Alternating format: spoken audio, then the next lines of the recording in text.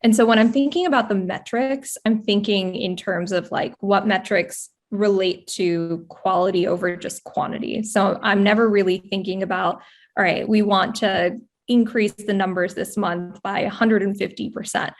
I'm thinking about like, I want the conversations that are happening to grow. I want more one-to-one conversations happening. I want more organic meetups happening without us having to facilitate them.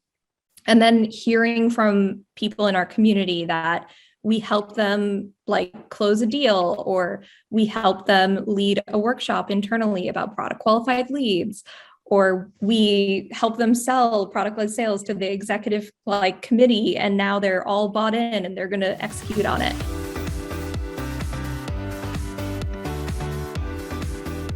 Hey everyone, I'm Joel Premack, host of the Community-Led Growth Show. Today I'm joined by Sandy Mangat, head of marketing at Pocus. Thank you so much for being on the show today, Sandy.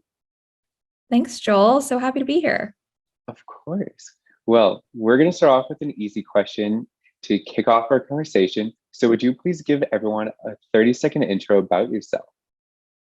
Okay, I'm super long-winded sometimes, so 30 seconds might be hard for me, but hey everyone, I'm Sandy Mangat. I'm the head of marketing here at Pocus. We're a product-led sales platform that helps go-to-market teams turn their product data into revenue. And my job at Pocus is essentially to help everyone understand what we're building, who we're building for, and why. And so one of the things that I focus on quite a lot right now is education around product-led sales, which includes the community around product-led sales, which is why we're here today. My background is in product marketing and growth, mostly at startups and a few scale-ups, and a lot of focus in the data space. How'd I do on 30 seconds, Joel? You did great. Thank you so much. I don't have a timer though, I will say, but I'm confident that we did not go into a multi-minute affair. So that's Fantastic. Awesome. Exactly. You get a gold star for that one, Sandy. Now we are going to dive into a little bit about what you just mentioned. So Pocus is a product-led sales company, and you guys have built a product-led sales community. So why did you guys build it? And what's the goal of having it really for the company? Yeah, great question. So our CEO, Alexa, actually likes to tell this story because it's a fun evolution of how we started and where we are today. In early 2021, when she was talking to prospective design partners and customers about the idea behind Pocus, she would mention product-led sales, and they would kind of look at her funny, like, what is that? But then she would start to explain what product-led sales meant, this evolution of the go-to-market motion where we are not just doing product-led growth and kind of this bottoms-up framework, but starting to layer in a sales team. And how do you equip the sales team with product data? And all of a sudden, this light bulb would go off, and they'd be like, "Yes, that's exactly what we need to do." And we've been trying to figure this out, but actually, we don't have any of the resources to really make this work. We've been like spinning our wheels. Do you know someone who's done it and done it successfully? And so that was kind of like the light bulb moment of, okay, there's definitely people out there who want to learn about this. There are people who are actively trying to execute against this strategy. The name hasn't resonated yet, but it might. And so that was really the impetus for starting the product-led sales community was there is a need and it doesn't currently exist. I think most people who have started a community will tell you that you shouldn't really start a community if something already exists, because it's going to be really hard to try and like draw people from an existing community that's already entrenched into your own. So it was great that this was novel. No one was doing it. And so our goal was just to put smart people in the room that were actively thinking about this problem and let them have that conversation. And the reason why that was important to us was how Alexa really thought about building Pocus. And part of the reason why we connected as well on this is we believe that education and kind of community-driven knowledge helps build a much more interesting, robust category than if we come in and just say and prescribe, like, this is our point of view, this is product-led sales, you must do product-led sales, how Pocus is telling you. Like we don't have those kinds of huge egos to come and say that definitively. Like we want to learn from people who have been boots on the ground in the trenches doing it, and let the community kind of develop these frameworks and best practices rather than us just dictating it. So from a company perspective, that's why we built the community, so that we could really level up everyone's skills, increase everyone's knowledge, and kind of organically kind of build the education around what product-led sales is. I love it. Thank you so much for sharing that with us. So on the PLS, or Product-Led Sales community page, I saw this line: "This is the only product-led sales community where you'll find tactical advice, playbooks, and frameworks to build your PLS motion from 0 to 1. What do you specifically mean by build your PLS motion from 0 to 1? Yeah, that's a great question. So I think I also want to shout out a couple of other communities that cover product-led growth really well. So product-led growth community, or product-led Institute, I think they might have used to have been called, by Wes Bush. Like they put out incredible foundational content on product-led. OpenView partners, they put out great content on product-led. But what we felt was missing was really tactical advice on this specific swim lane of product-led sales.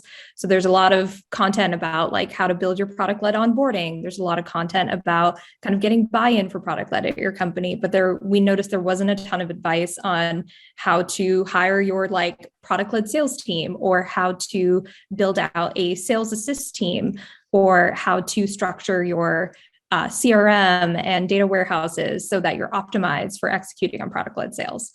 And so that's what we really mean by that 0 to 1 knowledge is very foundational.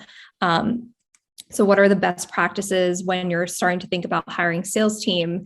Because a product-led sales team is really made up of a different sort of profile than a traditional sales team.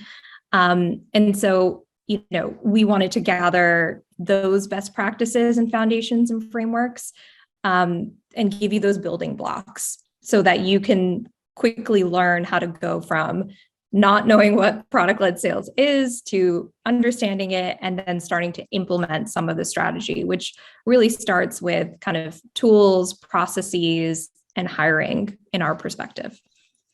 Awesome. That was really interesting. And that actually just made me remember something that I read recently about how, are you familiar with a company called Zapier? Yes. Love Zapier. I don't know anyone who doesn't. I will say that. They actually have been growing this team internally called their growth team, which is essentially that sales assist team for those more higher market deals and packages that they offer. And so I think it's been really interesting to hear about it. Totally. So shout out to Steve Vakiswaran from Zapier, who's in the product-led sales community and has been super helpful in sharing his knowledge as he's been helping kind of build part of that function at Zapier, especially around the sales assist team. And actually that brings me back to the building PLS motion from 0 to 1. He has this fantastic piece in our product-led sales playbook where he talks about building the sales assist team from 0 to 1. And so back to that point, it's so much easier to learn from practical examples of when people describe how they did it themselves. So Steve's piece goes from, why did Zapier feel the need to add this team, the sales assist team? What was the impetus? And then what happened next? How did we get buy-in to actually go out and start building, the processes for this team and going and hiring this team? And then Steve gets into what did it look like when we started to define the charter for this team and how we were going to measure success. And so he goes through this whole, process of how he went from the idea of adding this team at Zapier to actual execution and how he's measuring the results. And so for a lot of people, you could kind of genericize that and try and talk about it broadly from a framework perspective, but then hearing how somebody actually does it is always, in my opinion, so much more impactful. I'm 100% in your camp. I want to learn from people who've been there, done that per se, and like give me your templates, give me your outlines, like give me everything to help Yeah, me like crush it the way you did for my organization. totally. And that's kind of what we realized about product-led sales as well, is it's really hard to copy and paste strategies um, in a way that you might have with a traditional sales playbook. To a certain degree, like it didn't even work then. If you're the new head of sales at a company and you've been given like a revenue number and you're coming from another successful company where you already kind of scaled and did all of that, if you try and take what you learned there and try and apply it to the company number two, it's going to take a little bit of time before you kind of work out the intricacies and the nuances in your new go to market. And I think that's amplified even more in product led companies because the playbooks are so intertwined with the product. Like there's such a connect between the intricacies of the product and the go to market motion that copy and pasting becomes even harder. And so it is really hard to come up with these like generic high level frameworks for how to do product led sales because it's so intertwined with how you think about your product. And so that's why it was also really important for us to highlight these real world examples, because then a company that is in a similar space to Zapier, or maybe you're a developer tool, you will kind of like gravitate towards folks that have a similar experience to you. And it's never going to be copy and paste, but at least you get some idea of how to do things. Exactly. I love that idea of here's what worked for us. You now have to kind of, as I often will say, tilt it to make it work for you. Okay. But you just kind of made me think about something in a unique way. So I want to step back and actually talk about like, what is product-led sales? Because my understanding of it as kind of an outsider not being in tech is product-led sales is about using product data from whether it's free trials, freemium plans, etc., to then inform sales outreach and how companies engage, whether it's directly through sales team and or through marketing with those people, because they are connecting the dots of here's what you're doing in the product to here's the ideal next steps to help like essentially us hit our revenue number, and kind of marry the two with the idea of by the company using more product, then they're going to have more success. Is that kind of the general path? Or am I on a whole different trail in the wrong state? No. I was gonna say, like, you could have fooled me. You kind of sound like you've been in the trenches with us, like learning about product-led sales, because that was perfect, exactly right. We're equipping go-to-market teams with this really robust product data that gives you more insights into when a customer becomes ready to have that outreach with sales. Like, you may want to talk to them, but they may not be ready to talk to you. And part of what drives that readiness is understanding how they're using the product. Like nobody wants to talk to you before they've kind of gotten value out of your product. And then this is actually where like the sales assist motion really comes in, is maybe they are an ideal fit for you and they've started using the product, but maybe they quite haven't like really seen the value yet. They're so close, but something's getting in the way. That's an ideal moment to add a human-led touch point, because as we know, automation doesn't solve for everything. You can't just send out another marketing sequence to try and like get them to understand. Maybe you need to throw in a human touch point there. And perhaps that person, sales is in the name, sales assist, but really what they're doing is just helping you kind of unblock whatever is blocking you in getting to that value in the product. Yeah, I guess. Okay. So hearing you talk about a sales assist team like that kind of makes me think that they're hybrid almost between product specialist meets sales. They want to help you unblock like what's going on in the product to then help you achieve that desired outcome or outcomes that much faster. Yeah. And we actually think that kind of like the modern sales team almost requires like having deep product knowledge and being like every seller should really be a product specialist, and every seller should kind of approach the situation as trying to drive to value first, and like the sale is a happy byproduct of that. So all sellers are becoming kind of hybrid product specialists, customer success managers in this new product-led sales world. Awesome. Well, thank you so much for sharing all of that with us. But we're going to go down a little bit of a different path now. So you're approximately 8 months into building out Pocus's community. How are you guys measuring the success of it? Because I think it's really interesting how sometimes different communities will be measured against different metrics at different kind of stages per se of the community life cycle. Yeah, that's a great question. And, candidly, metrics is something I'm working on right now and really starting to think about kind of at a deeper level as we're starting to see the community mature. So a little bit of background, we started the community last summer. There was about 20 people. It was very intimate. And then we started adding our beta customers and anyone else we were talking to about product-led sales on kind of like an ad hoc basis. So it was very much like invite only. And then I believe once we hit around 100 people, we started shifting to a request an invite to our community when we put it on our website and started advertising a little bit more on our social channels. And so we've always had this belief that we wanted quality over quantity. It's both because obviously we've been a part of communities ourselves, and we've had the experience of when communities scale too quickly, the quality of the conversations tend to decline.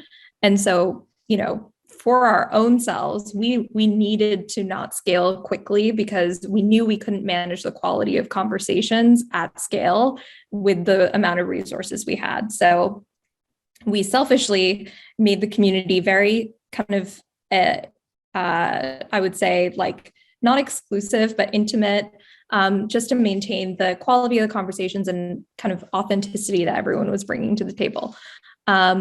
We're now starting to see the numbers grow. We're almost at 1,000 community members, which is exciting. Congratulations. And thank you. It's really exciting to see kind of like how the community is starting to take shape. And now we're starting to feel like we need to add some more guardrails and some more moderation to really maintain that quality. And so when I'm thinking about the metrics, I'm thinking in terms of like what metrics relate to quality over just quantity. So I'm never really thinking about, all right, we want to increase the numbers this month by 150%. I'm thinking about like, I want the conversations that are happening to grow. I want more one-to-one conversations happening. I want more organic meetups happening without us having to facilitate them. And then hearing from people in our community that we help them like close a deal, or we help them lead a workshop internally about product qualified leads, or we help them sell product-led sales to the executive committee, and now they're all bought in and they're going to execute on it. So a lot of it is still like very qualitative metrics oriented. And in terms of like the numbers we're tracking, we're in Slack. Our community is largely in Slack. And so we're looking at number of, private conversations that are happening, like what % of conversations happen in the kind of open ask a question channel versus one-to-one.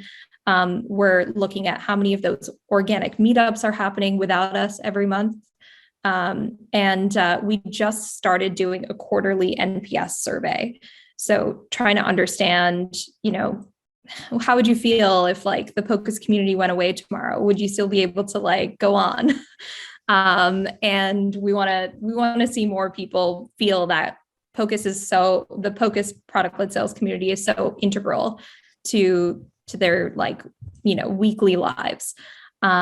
So that's how I'm starting to think about measuring. I'd love to, connect with other community leaders and understand how they are measuring at, those different stages. We're obviously still very early. So our metrics are going to be a little bit different, but I'm already starting to think about like, what are we going to need to measure by the end of this year and into next year? I love that though. And thank you so much for your transparency and honesty too about where you guys are in your community, essentially life cycle, like I mentioned, just because sometimes I think that even if you're early, you can still have a direction.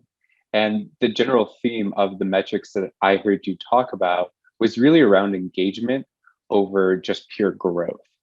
And Yeah. so it's that more connections, it's conversations, it's really essentially the essence of, are people finding value of it by us having this space for them? Yeah, totally. And like some of that stuff is hard to measure right now because it's happening in the random DM I get on LinkedIn saying like, "Hey, I just like referenced this thing that we talked about in the Pocus AMA." Or I just sent this like piece of content that you guys wrote based on this conversation we had in the community to my boss, and like he's been reading it, and now we're going to start to think about implementing a sales assist team. Like those moments are hard to obviously like quantify in a repeatable, scalable way, but that tells us we're doing something right and where to double down. So when we hear that, we're like, okay, great, these types of conversations are what's important. Let's double down and see what we can do to, facilitate more of those types of conversations or invite those types of speakers for our AMA series. And so it's helping us kind of like chart the course a little bit better. And I think that that's a great point, just because when you start talking about engagement, you're also talking about the impact, which is what really you're talking about, like the impact that Pocus's product-led sales community has had on people. And then therefore the stories that are coming out of that impact, not just I read a blog post, sent it to my boss, and they thought it was really interesting.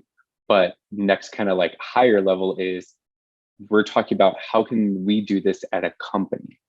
How can we change our selling process? How can we become a product-led sales company to be more scalable or modern or whatever adjective they want to put there? So I love that. Yeah, exactly.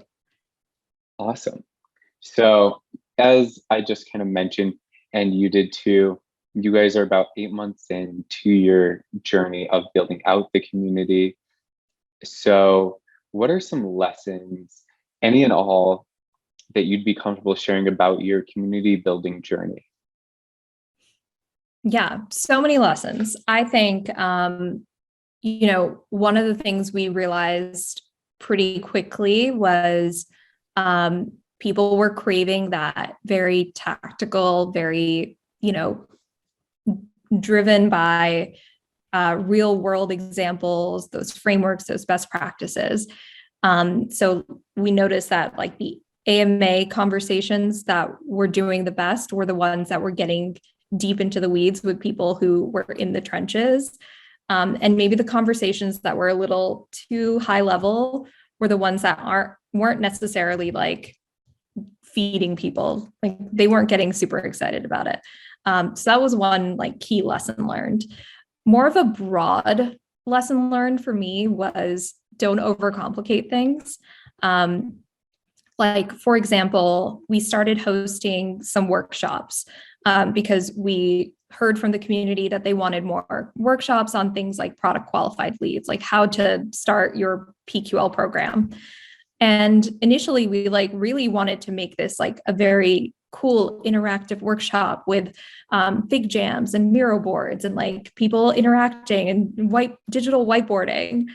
And while the first one that we did that got really great response, the conversation was great. The number one thing people told us was like, I could have done without the fig jam and all the other stuff. The conversation was what I came for, not necessarily like the digital whiteboarding aspect. it was maybe helpful to kind of like put some things up as a summary, but they were like, some of it you didn't need. And so that was a lesson learned of like, okay, we don't need to always overcomplicate things. Maybe start with like the MVP version and like add complexity as needed and as people ask for it, rather than assuming that they want it and then, spinning your wheels trying to create all of that kind of stuff. And then I would also say starting small was like such an important thing that we did early on. And obviously, like, this should be relatively easy for most new people coming into community to do because nobody knows you yet. So of course you're going to be small, but like trying to maintain that small, intimate feeling for as long as possible is really going to set things up in the best way possible for growth in the future, I think. Awesome. I love all those learnings. So thank you so much for sharing those with us. And as we come up against time, our last question is, what are 3 community trends in B2B SaaS that you're watching for in 2022 and beyond?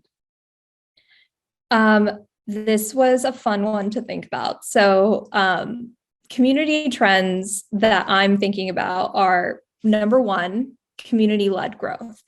And so this is essentially a little bit like the evolution we saw from sales-led to product-led, and product-led growth was using your product as a way to acquire, retain, and expand your customers.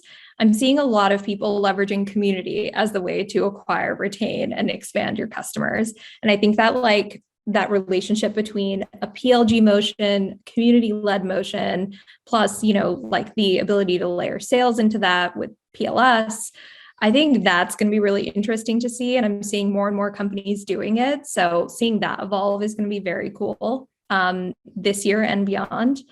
I would also say that now that the world is opening back up, seeing like, I think digital communities saw like a huge uptick because of the pandemic and us being more remote than ever.